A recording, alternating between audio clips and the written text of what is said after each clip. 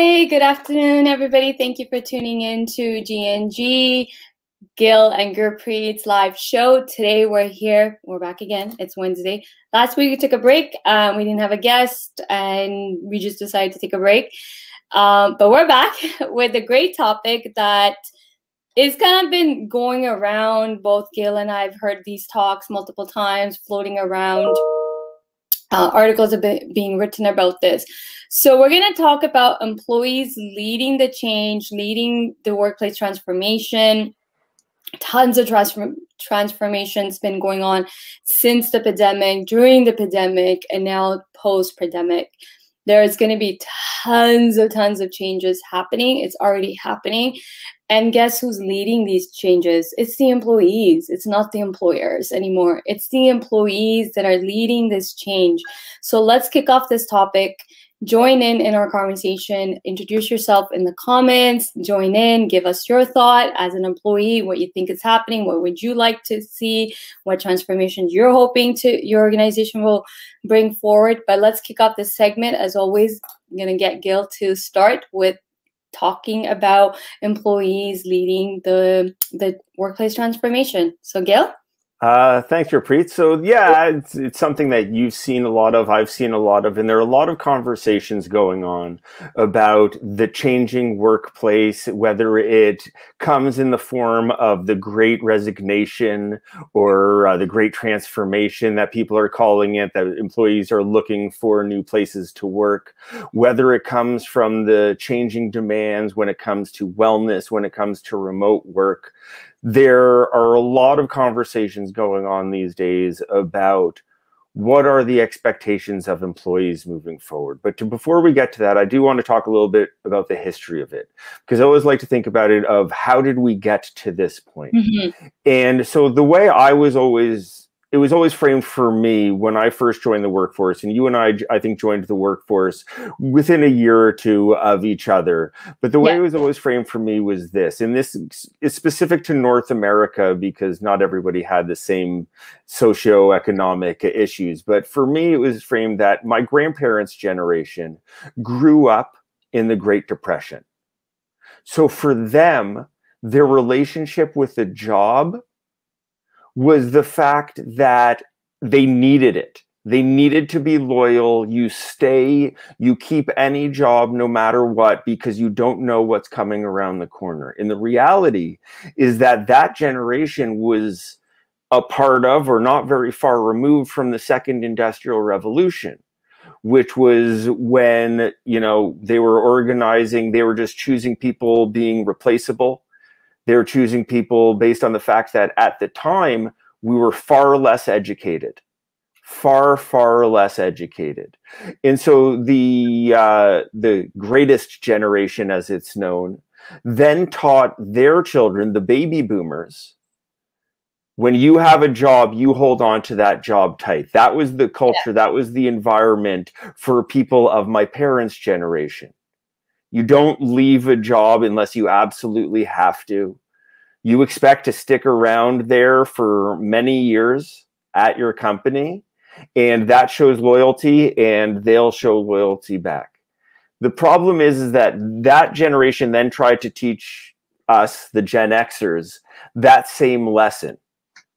However, what changed, though, is that starting especially in the 1980s, we saw our parents getting fired, right-sized, downsized, for a variety of reasons, because of economic downturns, et cetera, et cetera.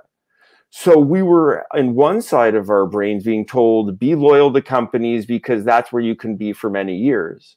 But on the other side, we're also seeing that companies have absolutely no loyalty to their people. And we were seeing our parents who would work at a company 20, 25 years get fired for the sake of the bottom line for a quarter. Yeah. And what that created started to create a transition, which then manifested itself with millennials. Now, I know there's a lot of talk about millennials, and when you and I first entered the workforce, we were the last of the Gen Xers, and there was a lot of conversations about what to do with the millennials. How are they different? And now millennials are the dominant group in the workforce. They have the highest percentage in the workforce. And what I love is that they've taken the lessons from the Gen Xers and actually taken action on them. So whereas 20 years ago when I first started, you were told whatever job you get, you've got to stick around there for a few years. If you don't stick around at a job for a few years, it's going to be a lot harder to get the next job. You're a job hopper. Yeah. Absolutely. You're not loyal. You're not appreciating. All of these things were the lessons that were still being drilled into us at the turn of the century. And then the millennials decided, no, we're not with that. And they took it even a step further in saying, you know what? If you're giving me a bad experience on day one, I could leave on day one. Or at minimum, I'm looking for a new job on day one. I owe you no loyalty. Yeah. You owe me a good place to work. So you better give me a good place to work. And what's happened then leading into this topic in this conversation is that's driven a lot of change over the last 10 to 20 years in workforces. There was never a real consideration of the employee perspective in most companies. The idea of wellness was a completely foreign concept and certainly was not the responsibility of the company to think about. But as millennials started to vote with their feet, companies started to recognize what are the things that matter to millennials? How can we create an environment that entices them to stay? And that's what fundamentally has started to change the workforce. Now we have 16 months of working differently. Anything from working in person and having, concerns about our physical environment and around COVID, or we were forced to go remote, which has fundamentally changed the way we work. Things have been different, and we've been introspecting about what really matters. Now, as we come out of that, we have a lot of people who are comfortable working from home, not necessarily ready to re-enter the physical workforce, and considering what is really important to them as we get back to work. And this gets coupled with the fact that the economy is growing, unemployment's going down, and the power is moving back in the hand of the candidates, where it's been in the hands of the employers for the last 16 months. It's shifting back, and those are the high level concepts and drivers of why companies are needing to change. But I want to jump in and throw in beyond millennials. We have generation, depending on what country you're in, it's either called Generation Z or Generation Z. So we have this group that entered the workforce a few years ago. And these guys are beyond millennials. They don't care about you as an employer. They care about themselves. They care about variety of work. They want to be multitasking. They'll be on their phones, and you tell them not to be on their phones, they'll be like, who are you? So Generation Z is also another generation that enter the workforce that is different than the millennials, different than all the other generations. And these guys were born and raised in technology. Like, they grew up playing, like, phone swiping, touch screens, right? And they are, like, I did so much research on this for one client, how to integrate Generation Z. And the way this group of individuals learn and adapt, it's so interesting. It's so beyond any of us. And these guys are also changing the workforces because they can do multiple things at the same time. They can be on their phone checking social media and still be getting their work done. Like, they're the way they work, right? So it's leaving companies with no choice to start thinking and changing their ways, because you have a whole generations to cover, right? This generation wants this generation wants this, just generation wants this. It's kind of like forcing the employer's hand to think differently. And now, as you mentioned, the pandemic, we've been in it for 16 months, 15, 16 months. And yes, employer was kind of dictating how things were going to be. And employees were just following the rules, whatever the employer wanted for the sake of security of having a job, where other people were losing jobs. If you had a job, you just wanted to hold on to it during the pandemic. Now, yes, that power shift has changed, right? And I mentioned this early in the pandemic. Sometimes as employers market, sometimes as a candidate market, this power shift is going to keep happening.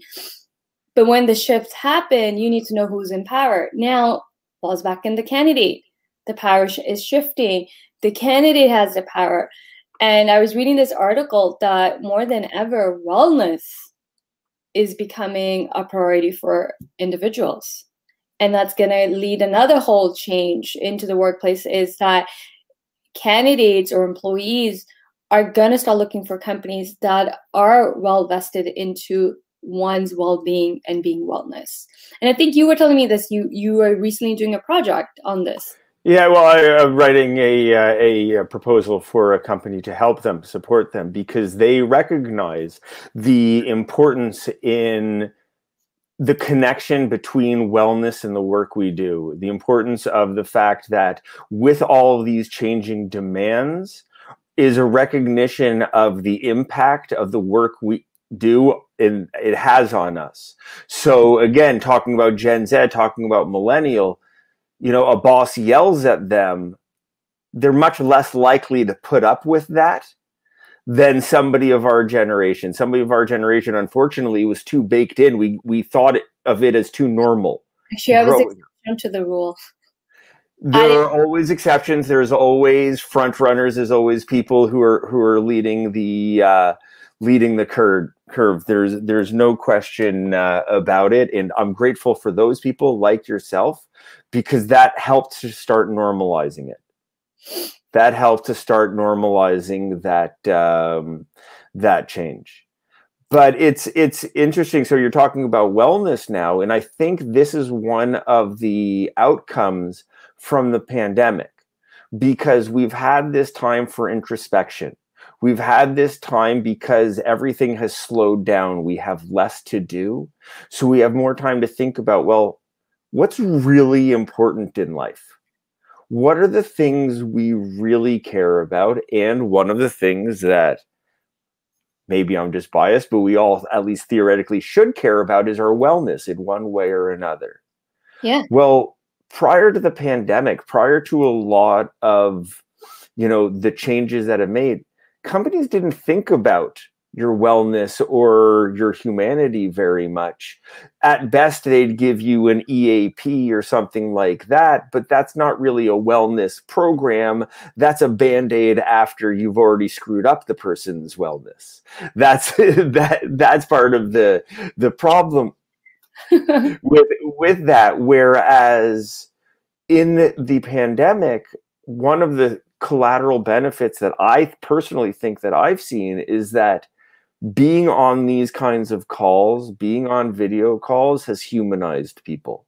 One of my favorite posts in LinkedIn from throughout the pandemic was, I think, from March of last year even, where this guy was talking about a friend of his complaining that it was harder to hate people because he was starting to get to know them better. So instead of like that jerk in accounting, it's that jerk in accounting who has 2 kids, reads these kinds of books, in all of that. So it starts to humanize the other person, the person on the other end. Pandemic, definitely, I agree with you. I think pandemic definitely made everybody more human, like bring in the human aspect that we all been preaching and talking for years, that humanize the workplaces. And I think pandemic really did that, because we all kind of came together during the pandemic to understand kids are home. Yeah, it's okay if a kid's gonna, like, it's okay if your kid come running into the screen. Right? It became like, okay, it became, sure, you know, we don't need to worry about having professionalism. Let's just get the work. Hey, your kid's there? Sure, no problem. Don't even get me started on that word professionalism. And we could have a whole topic of that word. But the idea, you're absolutely right, that it normalized a dog barking in the background. You need to help a kid for a moment. These are all realities we were always facing. We were always facing those realities, but the thing about it is companies expected us to squash those and hide those and dehumanize ourselves to be able to work. And the pandemic has changed that. One thing I do disagree with you on is you were saying about the ebb and flow of the employers and the employees market. Because one thing I remember actually just before the pandemic started, I remember reading some research that was talking about how, barring something like the pandemic, we are in an employees market indefinitely because of the demographics of, at least here in North America, because of the baby boom and the fact that all the baby boomers are retiring and there's not actually as many people joining the employment market that as they are leaving, there's going to be a lack of people to fill these roles, putting the employees in the position of power. Even in an economic downturn, it will be changed slightly, but not as bad. It only took something like as dramatic as the entire world shutting down for a pandemic that temporarily changed that. But in the grand scheme of things, we are seeing how quickly that's actually adjusting back to the employees. 16 months in the bigger scheme of the economy isn't a large time for employees to completely lose their power and then gain it back again. You're right. I don't think my belief is the employee is always in power. I've never believed the employer was in power. I've never, sure, the market shifts, sure, even in the company, you know, one may think the employer is in the power seat, but for a few years or for many years, but I became very vocal about this over the last few years, that actually the power is always in the employee, because company can't survive without talent.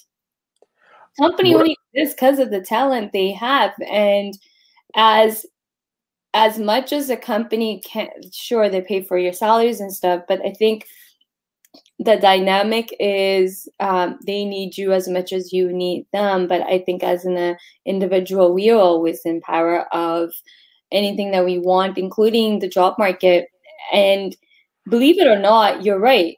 There was tons of jobs in the market, but I don't know, people every time until this day today, oh, because of the market, I'm struggling to land a job. And it's like, no, the market's open. Like, oh, when will the market open? It's like, no, market's been open. But yes, especially for IT roles, it's been open for IT quite a number of months now. That job market's never closed. Here's what people don't understand the data is because, and it's no fault to anybody other than the media, because the media has been so focused on talking about the jobs that were lost. In Canada, I was reading this article, in Canada, there's only 10% of individuals that actually lost a job. 90% of individuals didn't lose their jobs, plus tons of new jobs were created during this pandemic, where economy went down, industry went down, another was booming. Like, let's talk about Zoom was booming, right? So going back to this whole dynamic power shift, powers will always shift, but I do believe that as a candidate and an employee, you do have the power to decide where you want to work, who do you want to work for. But I'm glad to see this shift kind of coming to more on the front and more in light, to the point where so many more people are becoming aware that employees are driving the workplace change now. Well, I want to highlight talking about it, but now it's not even, I like what Tracy said today in her post, or was it yesterday's post? It's not even about, company wanting it. employees are going to be demanding these changes, right? Because of the pandemic, remote working, the flexibility, and we've gone through so much in 16 months that I think as individuals, we've grown and evolved, and we've really come to realize a lot of things, especially like you have the technology to be able to work from home. So why do I need to come to the office if I can work from home? Why do I need to sit to your set schedule, let's say 9 to 5, when I can work anytime, anywhere, from anywhere, and still be able to tend to my kids' needs, do help them with homework, drop them to school? So employees, I think, are having a, what's the right word? Like, the stronger backbone that we've never seen in the market before. Well, see, and that's the thing, and I want to highlight what you're saying about the employees have always had the power. The employees have always had the potential for the power. They've taken it in different ways over the years, whether it be through unions or otherwise. But what you're saying about the employees having the power in this backbone, that is at the heart of what's driving this transformation. And that's why I wanted to start this conversation going back to Gen X and millennials, because it's those millennials that had more backbone than us Gen Xers, who had more backbone than the baby boomers. And now the Gen Z are even stronger, which I absolutely love, because that's exactly it. It's up to us to take the power to say, you know what? I'm not going to put up with this bad job because you're an employer. I'm going to go elsewhere. Now, there's a lot of factors that go into that, because unfortunately, a lot of millennials and Gen Z are forced to still live with their parents because of I want to interject here for a second. The power of Generation Z, or like anybody saying that I don't need to put up with this bullshit anymore from employers. I was reading this interesting article. Freelance is growing.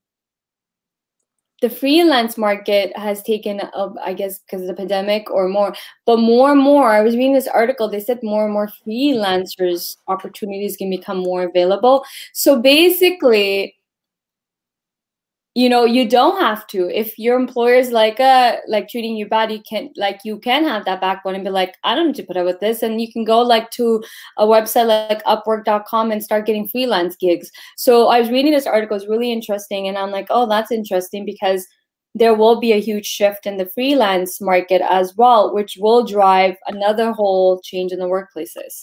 Oh, absolutely. And that's something I personally saw on the micro level, looking at my network over the last 16 months, particularly among HR professionals.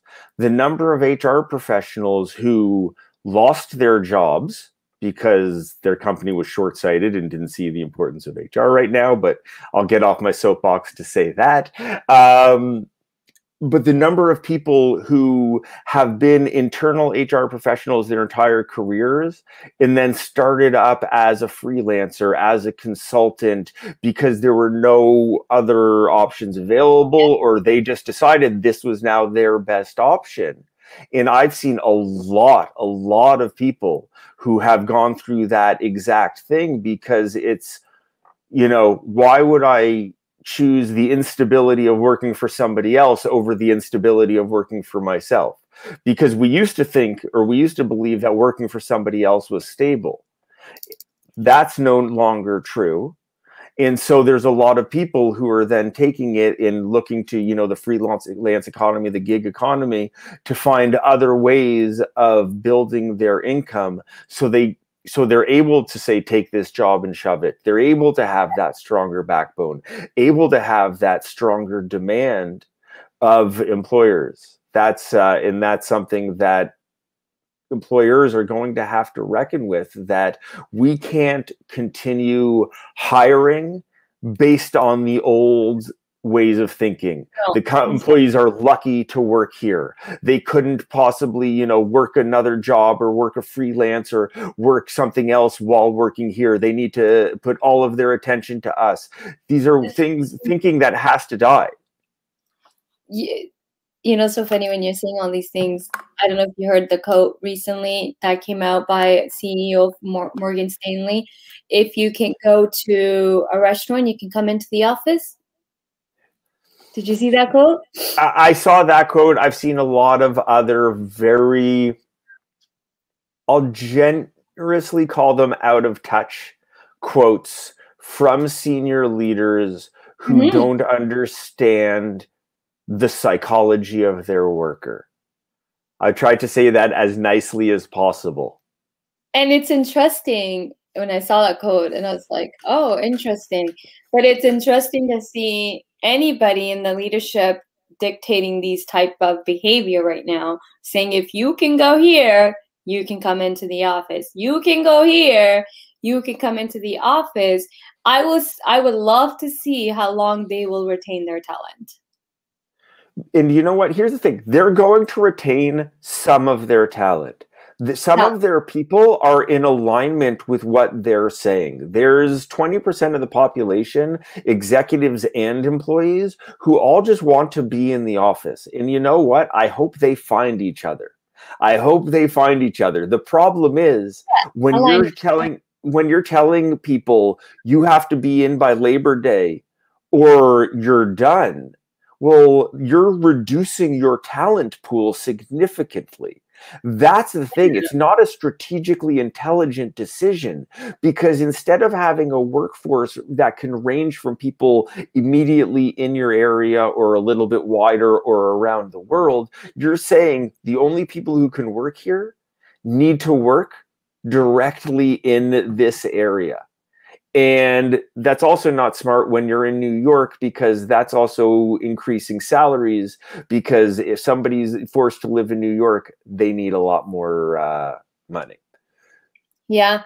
Here's the thing. I do like these comments. The old thinking is still around. We need to stand on it. It is. It is still around. People leaving. Yeah, but here the reason, like, no one's saying that old school thinking is still not around, because you do have leaders that are old school. So it does come down to the leadership team and how they are going to evolve during this post-pandemic. But I, for one, I am very, very happy that this transformation is taking place, where employees are leading the transformation, and those that don't adapt. Sorry, guys, my contact's been bothering me. If you've been seeing me twitching my eye this whole segment, is because my contact, I just want to rip it off my eye. But as my dad said, the show must go on. So the show is going on even with my itchy eye. But it's interesting to see what's going to happen is those that don't move forward with the change, and we know this for years and centuries, right?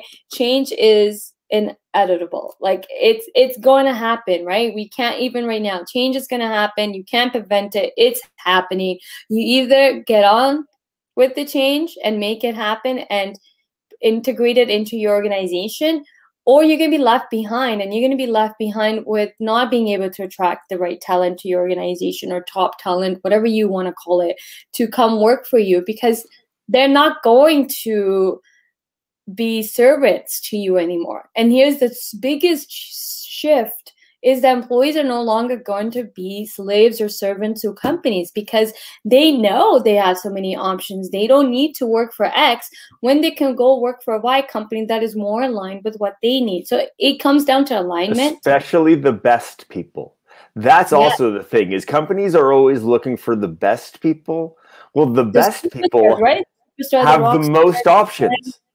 Yeah. They have the most options, and they're the ones who are in the best position to make demands of the market. So mercifully, we're at the end of our segment, so Gurpreet can then go take care of her contact lens.